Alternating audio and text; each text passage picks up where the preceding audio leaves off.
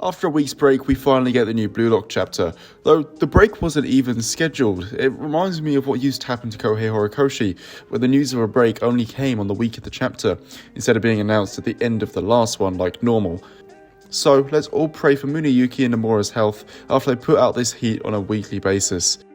Speaking of heat, this damn chapter, we pick up where we left off, Yura's top performance pass to Isagi. He sees the pass and thinks it's now time for his top performance.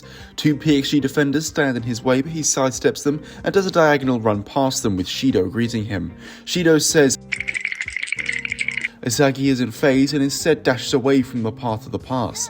This is where Kunigami comes flying in, paying off his favour to Isagi. Here's that steak I owe you, consider us even, you piece of shit, before delivering a header pass straight to the striker.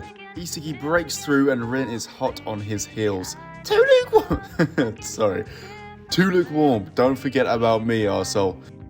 Excuse me, part 3, Raider Edition. Kaiser also comes cruising in, wanting the goal for himself. With both of his rivals now pinning Isagi, he figures that they were both following his movements instead of the flow of the game, which seems in character for both of them.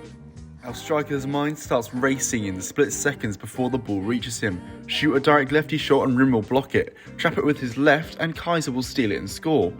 His options are seriously dwindling, but of course, he uses the situation to evolve, deciding on a new attack. He hits a feint with his left, tricking Kaiser into thinking he's going to trap it. Instead, he flicks his right foot from under him. I don't know how feasible this would be IRL, considering, gravity.